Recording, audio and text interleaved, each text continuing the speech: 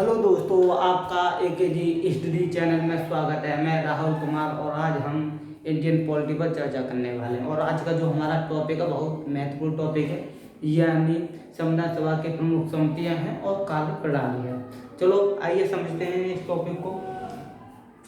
संविधान सभा की पहली बैठक जो हुई थी वो हुई थी 9 दिसंबर 1946 को, यानी पहली बैठक कब हुई? 9 दिसंबर 1946 को।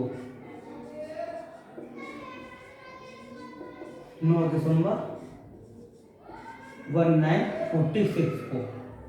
इस बैठक का जो मुस्लिम लीग ने क्या किया था? बहिष्कार किया था और पाकिस्तान की मांग पर बल दिया था। इसलिए इसमें जो 211 सदस्यों ने हिस्सा लिया था। कितने सदस्यों ने? 211 सदस्यों ने भाग लिया था। ठीक है। और संविधान सभा के अस्थायी अध्यक्ष कौन चुने गए थे? डॉक्टर सच्चिदानंद सिन्हा। संविधान सभा के जो है अस्थायी अध्यक्ष, यानी अस्थायी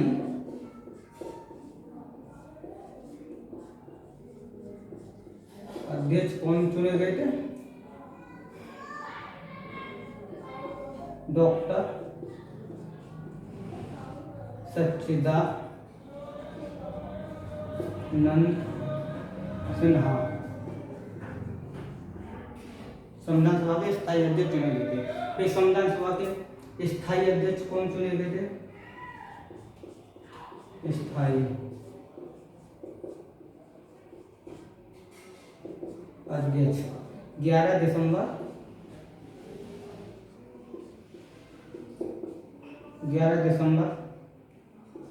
1946 को डॉक्टर राजेंद्र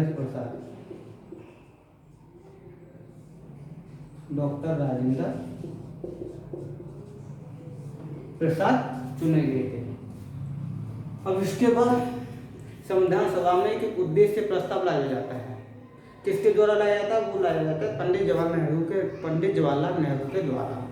कब लाया जाता है? यानी 13 दिसंबर 1946 को। आइए समझते हैं। यानी 13 दिसंबर 1946 को उद्देश्य प्रस्ताव लाया जाता है। यानी उद्देश्य प्रस्ताव जो है संविधान सभा में लाया जाता है। कौन लेके आते हैं इसे? जवाहरलाल नेहरू द्वारा। जवाहरलाल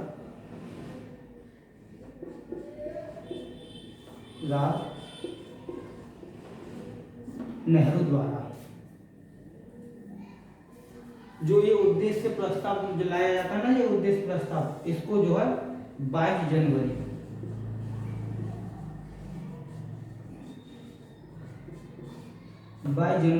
1947 में स्वीकार कर लिया जाता है। स्वीकार जो है कर लिया जाता है। चलो आइए एक बार रिवीजन करते हैं। संविधान सभा की पहली बैठक,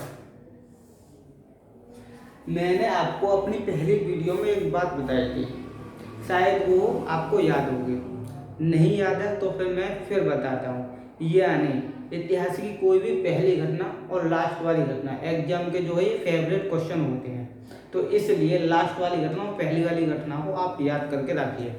यानी संविधान सभा की पहली बैठक कब हुई थी? 9 दिसंबर 1946 को। इस बैठक का जो मुस्लिम लीग ने बहिष्कार किया और पाकिस्तान की मांग पर जो है बल दिया। इसलिए इसमें कितने सदस्यों ने भाग लिया था? 211 सदस्यों ने। अब क्या हुआ था? फ्रांस की तरह संविधान सभा के जो सबसे वरिष्ठ सदस्य कौन थे? डॉक्टर सच्चिदानंद सिन्हा थे। तो इसलिए उन्हें संविधान सभा का अस्थायी अध्यक्ष चुन लिया गया था। अस्थायी अध्यक्ष उनको चुना गया था? डॉक्टर सच्चिदानंद सिन्हा को। फिर इसके बाद 11 दिसंबर 1946 को डॉक्टर राजेंद्र प्रसाद को जो है संविधान सभा का स्थायी अध्यक्ष चुन लिया गया था। डॉक्टर राजेंद्र प्रसाद को जो स्थायी अध्यक्ष जो चुन लिया गया था। कब चुना था? 11 दिसंबर 1946 को। अब संविधान सभा में ऐतिहासिक उद्देश्य प्रस्ताव लाया जाता है। कब लाया जाता है? 13 दिसंबर 1946 को। किसके द्वारा लाया जाता है? वो पंडित जवाहरलाल नेहरू के द्वारा लाया जाता है। यानी पंडित जवाहरलाल नेहरू के द्वारा लाया जाता है और उसे 22 जनवरी 1947 को स्वीकार कर लिया जाता है। चलो आइए नोट कर लीजिए।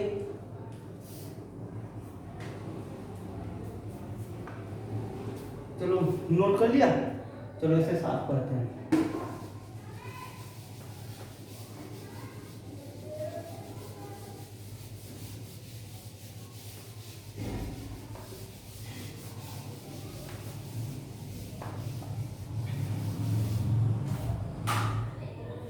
छब्बीस नवंबर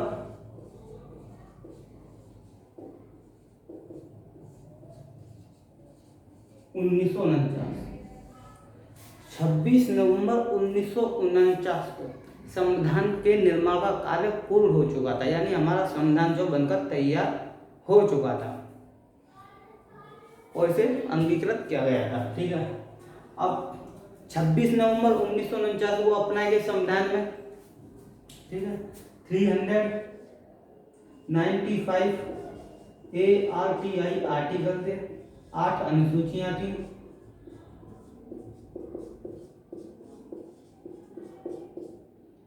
और 22 भाग थे और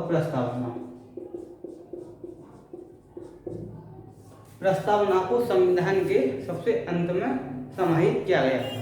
इस बात को आप याद रखिए। नोट कर लिया। चलो आइए आगे विचार डालते हैं। संविधान सभा की जो अंतिम बैठक हुई थी, कब हुई थी? 24 जनवरी 1950 को। संविधान सभा की अंतिम बैठक,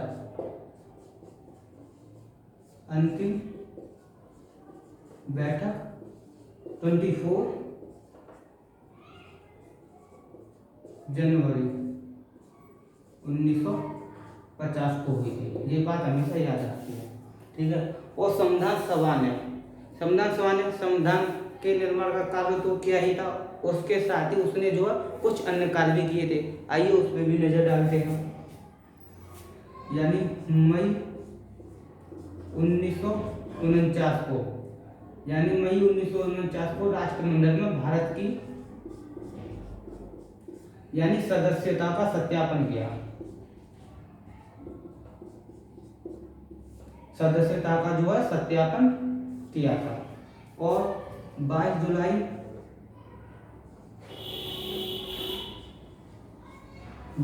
1947 को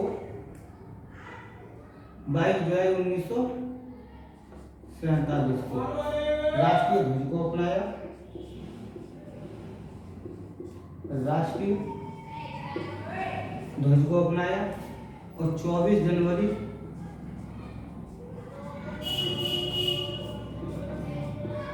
1950 को राष्ट्रगान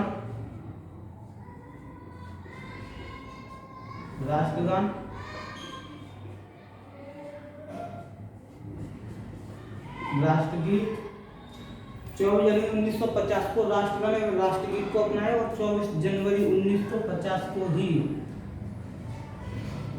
डॉक्टर राजेंद्र प्रसाद को भारत के प्रथम राष्ट्रपति के रूप में चुना गया था। आप ये बात याद रखिए। आइए शुरू करते हैं। 26 नवंबर 1949 को संविधान सभा का कार्य पूर्ण हो चुका था, यानी संविधान सभा जो है बनकर तैयार हो चुका था।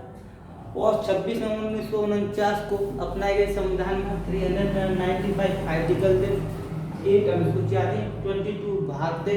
प्रस्तावना को संविधान में सबसे अंतिम रूप में समाहित किया गया था। ठीक है, संविधान सभा की जो अंतिम बैठक हुई थी वो हुई थी 24 जनवरी 1950 को, हमेशा याद रखना। अब संविधान सभा ने संविधान के निर्माण का कार्य तो किया ही था, उसके अलावा कुछ अन्य कार्य भी किए थे। क्या कार्य किए थे? मई 1949 में राष्ट्रमंडल में भारत की सदस्यता का सत्यापन किया था। 22 जुलाई 1947 को राष्ट्र ध्वज को अपनाया था। 24 जनवरी 1950 को राष्ट्रगान राष्ट्रगीत को अपनाया था और 24 जनवरी 1950 को ही जो है डॉक्टर राजेंद्र प्रसाद को भारत के प्रथम राष्ट्रपति के रूप में चुना गया था। चलिए नोट कीजिए।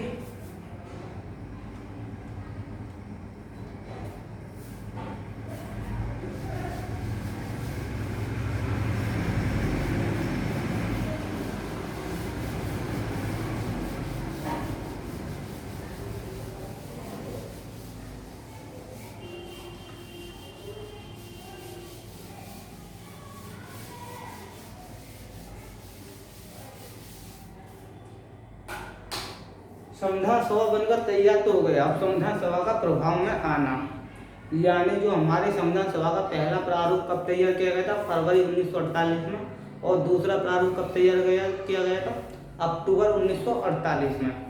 ठीक है, चलो समझाइए इतने। पहला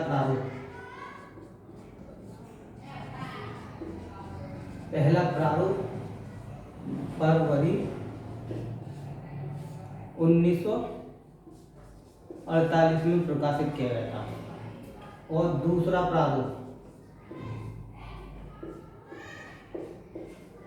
प्रारूप जो है अक्टूबर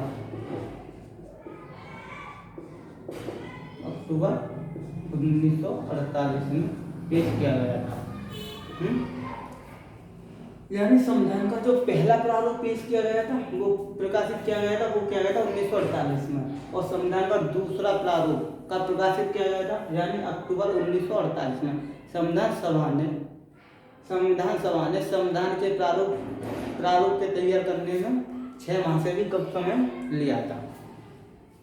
आइए, संविधान को बनाने में कितना समय लगा जानते हैं, यानी संविधान को बनाने में, संविधान के निर्माण में 2 साल 11 माह 18 दिन का समय लगा, और संविधान के निर्माण पर कुल कितने रुपए का खर्चा आया था, यानी 64 लाख रुपए का। यानी संविधान के निर्माण, यानी संविधान जो बनकर हमारा तैयार हुआ था, उसमें कितना समय लगा था, यानी 2 साल 11 माह 18 दिन लगे थे, और संविधान के निर्माण में कुल कितने रुपए का खर्च आया था, यानी 64 लाख रुपए का जो है खर्च आया था। अब संविधान सभा, ठीक है, संविधान सभा बना, उस पर विचार भी हुआ था। तो संविधान सभा में यानी डॉक्टर भीमराव अंबेडकर जी ने एक प्रारूप प्रस्ताव पेश किया था, the constitution as settled by the assembly be passed प्रस्ताव पेश किया था, उसे पारित कर घोषित कर दिया गया था, और उस समय संविधान में 299 सदस्यों में से 284 सदस्य उपस्थित थे। कितने उपस्थित थे, यानी 284 सदस्य जो उपस्थित थे। उन्होंने जो संविधान पर हस्ताक्षर किए और संविधान को अंगीकृत कर दिया। ठीक है, अब जब संविधान अंगीकृत किया गया था, तो उस समय कुछ छोटे नियमों से जुड़े शेष जो प्रावधान उसी दिन लागू कर दिए थे, जैसे नागरिकता आर्टिकल 5 से 11, चुनाव तथा संसद जैसे नियम जो उसी दिन लागू कर दिए थे, और जो बाकी प्रावधान थे वो 26 जनवरी 1950 को लागू हुए थे। चलो आइए नजर डालते और आगे। आपने नोट कर लिया है, चलो कर लीजिए।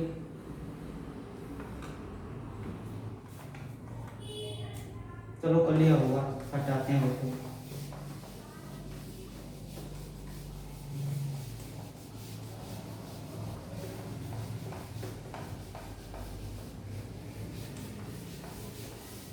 अब आइए, अब संविधान का संविधान निर्माण के लिए, ठीक है, संविधान निर्माण के लिए विभिन्न कार्यों करने के लिए कई समितियों का गठन किया था। जब संविधान का निर्माण होगा तो उसमें कार्य भी होंगे, जब कार्य होंगे तो विभिन्न समितियों का गठन किया गया था कार्य करने के लिए। तो उसमें कुछ प्रमुख समितियाँ थी, आइए हम उन्हीं को समझते हैं। ठीक है, पहली समिति थी संघ समिति, पहली समिति जो थी वो थी संघ समिति। दूसरी समिति थी वो थी संघीय संविधान समिति, और जो तीसरी समिति थी वो थी राज्यों के लिए समिति, यानी राज्यों के साथ समझौता करने वाली समिति। इन तीनों समिति के अध्यक्ष कौन थे? जवाहरलाल नेहरू।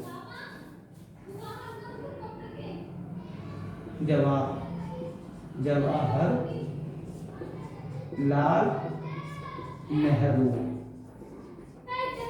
अब प्रारूप समिति के अध्यक्ष कौन थे? शायद प्रारूप समिति के अध्यक्ष तो आप सभी को पता ही होगा, डॉक्टर भीमराव अंबेडकर। प्रारूप समिति के 2 अध्यक्ष थे, वो थे डॉक्टर अम्बेडकर जी।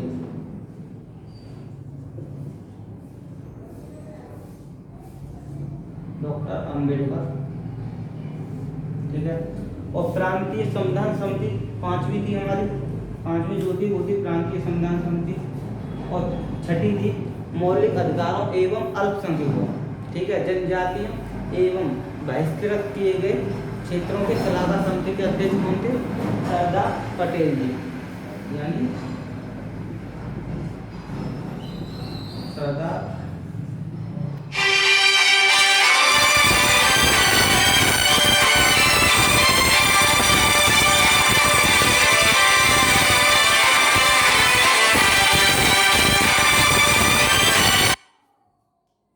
सरदार पटेल जी। प्रक्रिया नियम समिति, अब आती है प्रक्रिया नियम समिति, संचालन समिति और झंडा समिति, यानी झंडा समिति और देशी रियासतों समिति के लिए अध्यक्ष कौन थे? डॉक्टर राजेंद्र प्रसाद, यानी डॉक्टर राजेंद्र प्रसाद, ठीक है। चलो आइए नजर डालते हैं, समझते हैं। यानी संविधान सभा की प्रमुख समितियां। लेकिन हाँ, आपके मन में एक सवाल उठ रहा होगा, वो मैं आपको पहले बता देता हूँ। आप कह रहे होंगे कि आपने जो इस समितियां क्रम से क्यों नहीं लिखी? अगर मैं समितियों को क्रम से लिख देता तो आपको याद होने में कठिनाइयाँ होती, क्योंकि एक समितियाँ कहीं होती, एक समिति कहीं होती क्रम से, ठीक है, तो आपको याद होने में कठिनाई होगी। एग्जाम में हमें क्रम नहीं देखना, हमें यह देखना है कि अगर समितियों से कोई भी क्वेश्चन आ जाता है तो हमें बस उसे सही करना है, हमें क्रम से कोई लेना देना नहीं। हमें ये तरीका ढूंढना है जिससे सरल तरीके से याद हो सके और हमारे दिमाग में जो क्वेश्चन बैठ सके, यानी आंसर बैठ सके। चलो देखते हैं। तो संघ समिति और संघीय संविधान समिति और राज्यों की समिति, आप ये तीनों समिति देख लीजिए।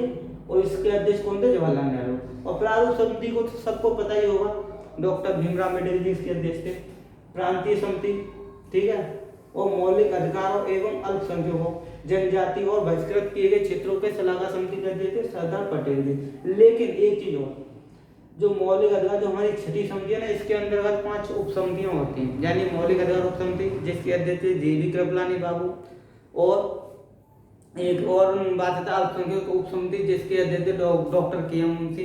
लेकिन जो ये उप समितियां ना, ये IAS, PCS, UPSC जैसे लेवल एग्जाम में आती हैं, ठीक है, तो हमको उतना पढ़ना है जितना हमारे एग्जाम में आता है, ठीक है।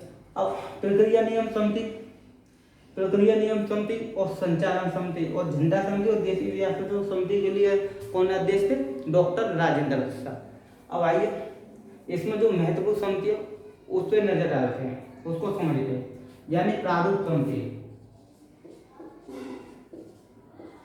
प्रारूप समिति, प्रारूप समिति सभी समितियों में सबसे महत्वपूर्ण समिति थी, क्योंकि इसे जो है संविधान के निर्माण के प्रारूप की तैयारी की जिम्मेदारी जो है इन्हें सौंपी गई थी समिति को। तो इस समिति का गठन कब हुआ था? 29 अगस्त 1947 को इस समिति का गठन हुआ था, प्रारूप समिति का। और इसमें 7 सदस्य थे। आइए जानते हैं। यानी पहले थे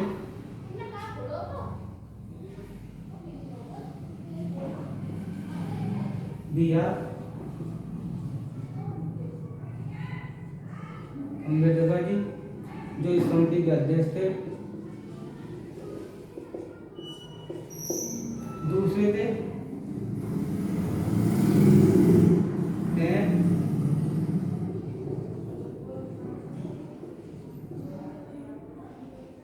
एन गोपाल स्वामी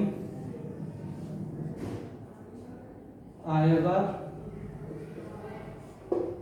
तीसरे सदस्य थे अल्लादी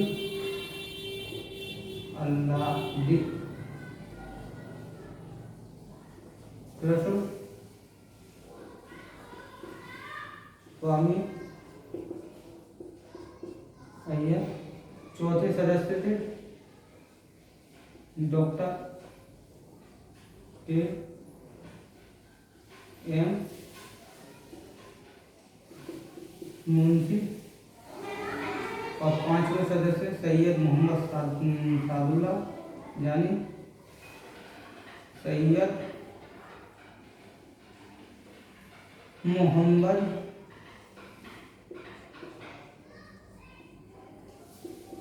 सादुल्लाह। छठे सदस्य एन माधवराव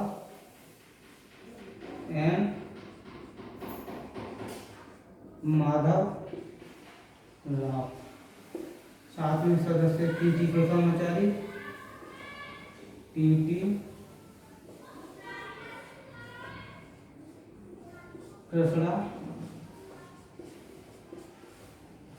कृष्णाचारी। आइए जानते हैं जो प्रारूप समिति ना, ये बहुत महत्वपूर्ण समिति थी। इसका गठन हुआ था 29 अगस्त 1947 को। इसमें 7 सदस्य थे। Doctor B are Ambedkar ji इसके अध्यक्ष थे। एन गोपाल स्वामी अयंगर इसके दूसरे सदस्य थे। अल्लादी कृष्ण स्वामी इसके तीसरे सदस्य थे और चौथे सदस्य डॉक्टर के एम मुंशी। पांचवें सदस्य सैयद मोहम्मद सादुल्लाह और इसके जो छठे सदस्य थे वो थे एन माधवराव। ठीक है। और इसके जो सातवें सदस्य थे वो थे टी कृष्णाचार्य, जिन्होंने जो डीपी खेतान की 1948 में मृत्यु के बाद उन्होंने जो उनकी जगह ली। अब मैं आपको संविधान सभा की सभी प्रमुख समितियां करा चुका हूँ, संविधान सभा की कार्यप्रणाली करा चुका हूँ। ये बहुत महत्वपूर्ण टॉपिक था और आप जो है पढ़ते रहिए। मुझे यकीन है आपको इस वीडियो से मदद जरूर मिलेगी। ठीक है। और आप भी AKG स्टडी चैनल को प्यार करते रहिए, लाइक कीजिए, सब्सक्राइब कीजिए और शेयर कीजिए। ठीक है। और मेरी जो वीडियो आएगी अगली, उनमें भी आपको मदद जरूर मिलेगी। धन्यवाद। बाय। पढ़ते रहिए, मुस्कुराते रहिए, खुश रहिए। कल अगली वीडियो में मिलते हैं आपसे।